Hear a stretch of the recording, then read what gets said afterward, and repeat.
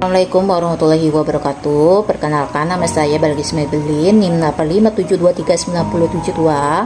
Pada tugas kedua, saya akan membahas modul 4 sampai modul 6. Berikut pembahasannya.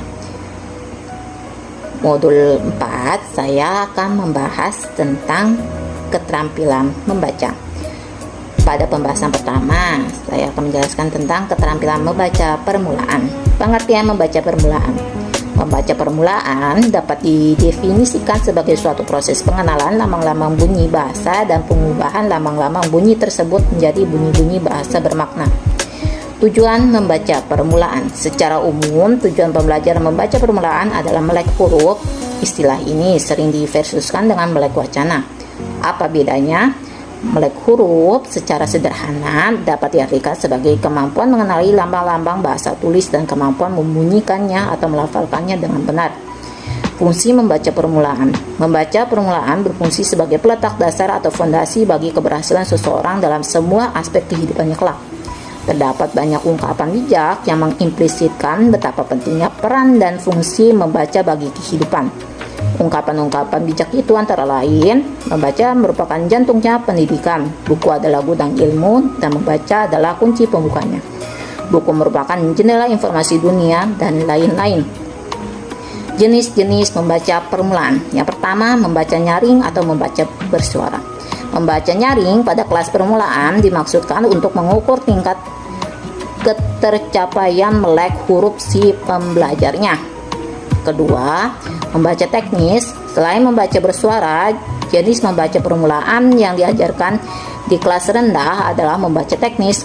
Pada membaca jenis ini, anak sudah mulai dibimbing ke arah pembacaan teks secara tepat menurut pelafalan dan intonasinya. Kemudian, pada pembahasan kedua, keterampilan membaca lanjut.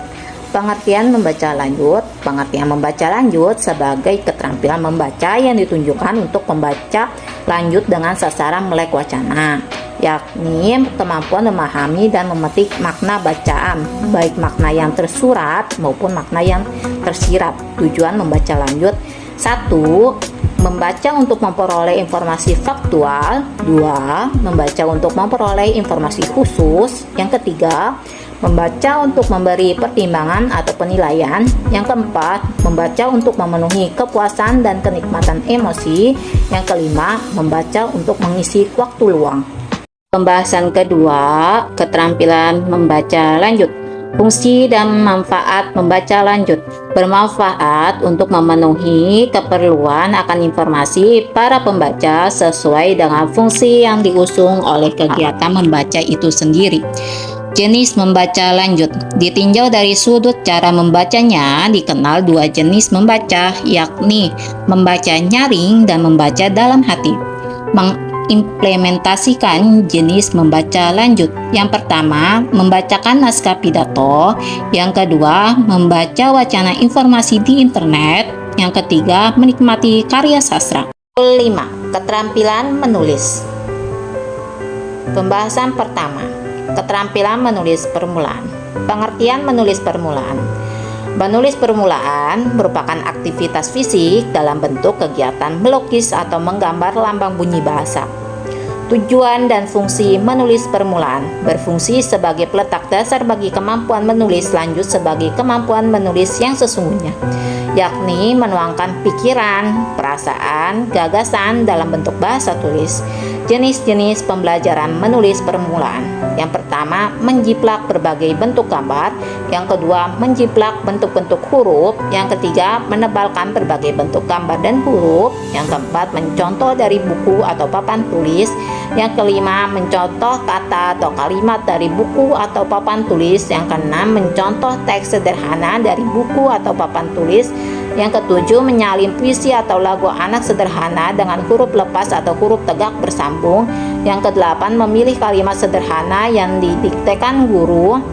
Yang kesembilan, lengkapi kalimat berdasarkan gambar. Yang kesepuluh, melengkapi cerita sederhana dengan kata yang tepat. Yang ke-11, menulis kalimat sederhana yang dipraktekkan guru dengan memperhatikan penggunaan huruf kapital dan tanda titik. Dan yang terakhir, mendeskripsikan tumbuhan atau binatang di sekitar secara tertulis. Pada kegiatan kedua, keterampilan menulis lanjut, pengertian menulis lanjutan. Keterampilan menulis lanjut merupakan keterampilan menulis yang sesungguhnya, yakni kegiatan menuangkan gagasan, ide, pikiran, perasaan ke dalam bentuk lambang-lambang bunyi berupa bahasa tulis. Tujuan dan fungsi menulis lanjutan. Fungsi utama menulis adalah alat komunikasi secara tidak langsung dalam kegiatan berkomunikasi tulis. Si penyampai pesan atau penulis menyampaikan pesan atau ide, gagasan, pikiran, kehendak, perasaan melalui sistem lambang atau bahasa tulis kepada si penerima pesan atau pembaca. 1. Tujuan penugasan atau achievement purpose. Yang kedua, tujuan altruistik atau altruistic purpose. Yang ketiga, tujuan persuasif atau persuasive purpose. Yang keempat, tujuan informatif atau informational purpose. Yang kelima, tujuan pernyataan diri atau self-expressive purpose. Yang keenam, tujuan kreatif atau creative purpose. Yang ketujuh, tujuan pemecah masalah atau problem solving purpose. Jenis-jenis menulis lanjutan di kelas tinggi.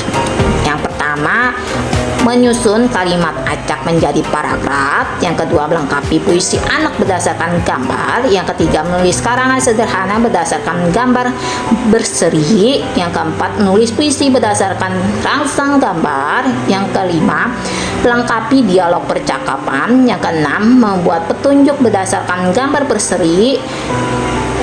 Yang ketujuh, melengkapi teks isian rumpang. Dan yang terakhir, menulis surat berdasarkan rangsang kasus. Aspek kebahasaan dalam menulis. Yang pertama, pemakaian kata. Yang kedua, penulisan kalimat. Dan yang ketiga, penggunaan ejaan. 6. Saya akan menjelaskan tentang pembelajaran keterampilan berbahasa dengan fokus menyimak. Pada pembahasan pertama, pembelajaran di kelas rendah. SKKD menyimak atau mendengarkan kelas rendah. Kelas 1 semester 1 memahami bunyi bahasa, perintah, dan dongeng yang dilisankan. Yang pertama, membedakan berbagai bunyi bahasa. Yang kedua, melaksanakan sesuatu sesuai dengan perintah atau petunjuk sederhana. Yang ketiga, menyebutkan tokoh-tokoh dalam cerita. Kelas 1 semester 2 memahami wacana lisan tentang deskripsi benda-benda di sekitar dan dongeng. Yang pertama, mengulang deskripsi tentang benda-benda di sekitar. Yang kedua, menyebutkan isi dongeng. Kelas 2 semester 1 memahami teks pendek dan puisi anak yang dilisankan. Yang pertama, menyebutkan kembali dengan kata-kata atau kalimat sendiri isi teks pendek. Yang kedua, mendeskripsikan isi puisi. Kelas 2 semester 2 memahami pesan pendek dan dongeng yang dilisankan. Yang pertama, menyampaikan pesan pendek yang didengarnya kepada orang lain. Yang kedua, menceritakan kembali isi dongeng yang didengarnya. Kelas 3 semester 1 memahami penjelasan tentang petunjuk dan cerita anak yang dilisankan. Yang pertama, melakukan sesuatu berdasarkan penjelasan yang disampaikan secara lisan. Yang kedua, mengomentari tokoh-tokoh cerita anak yang disampaikan secara lisan. Kelas 3 semester 2 memahami cerita dan teks drama anak yang dilisankan. Yang pertama, memberikan tanggapan sederhana tentang cerita pengalaman teman yang didengarnya. Yang kedua, menirukan dialog dengan ekspresi yang tepat dari pembacaan teks drama anak yang didengarnya. Pada pembahasan kedua, kegiatan menyimak di kelas tinggi. SKKD menyimak SD di kelas tinggi kelas 4, 5, dan 6. Kelas 4 semester 1 mendengarkan penjelasan tentang petunjuk denah dan simbol daerah atau lambang korps. Yang pertama, membuat gambar atau denah berdasarkan penjelasan yang didengar. Yang kedua, menjelaskan kembali secara lisan atau tulis penjelasan tentang simbol daerah atau lambang korps. Kelas 4 semester 2 mendengarkan pengumuman dan pembacaan pantun. Yang pertama, menyampaikan kembali isi pengumuman yang dibacakan. Yang kedua, menirukan pembacaan pantun anak dengan lafal dan intonasi yang tepat. Kelas 5 semester 1 memahami penjelasan narasumber dan cerita rakyat secara lisan. Yang pertama, menanggapi penjelasan narasumber. petani, pedagang, nelayan, karyawan, dan lain-lain dengan memperhatikan santun berbahasa. Yang kedua, mengidentifikasi unsur cerita tentang cerita rakyat yang didengarnya. Kelas 5 semester 2 memahami cerita tentang suatu peristiwa dan cerita pendek anak yang disampaikan secara lisan. Yang pertama, menanggapi cerita tentang peristiwa yang terjadi di sekitar yang disampaikan secara lisan. Yang kedua, mengidentifikasi unsur cerita, tokoh, tema, latar, amanat. Kelas 6 semester 1 memahami teks dan cerita anak yang dibacakan. Yang pertama, menulis hal-hal penting atau pokok dari suatu teks yang dibacakan. Yang kedua, mengidentifikasi tokoh, watak, latar, tema, atau amanat dari cerita anak yang dibacakan. Kelas 6 semester 2 memahami wacana lisan tentang berita dan drama pendek. Yang pertama, menyimpulkan isi berita yang didengar dari televisi atau radio. Yang kedua, menceritakan isi drama pendek yang disampaikan secara lisan. SKD di atas mengandung materi berikut ini. Yang pertama, denah, ada lambang atau simbol, pengumuman, dan yang terakhir pantun. Perencanaan, pelaksanaan, dan penilaian berbicara kelas tinggi di SD. Perencanaan dan pelaksanaan pembelajaran menyimak di kelas tinggi diupayakan mengandung unsur-unsur kontekstual, integratif, dan fungsional, serta apresiatif. Ini saya menjelaskan tentang modul 4-6, semoga bermanfaat. Wassalamualaikum warahmatullahi wabarakatuh.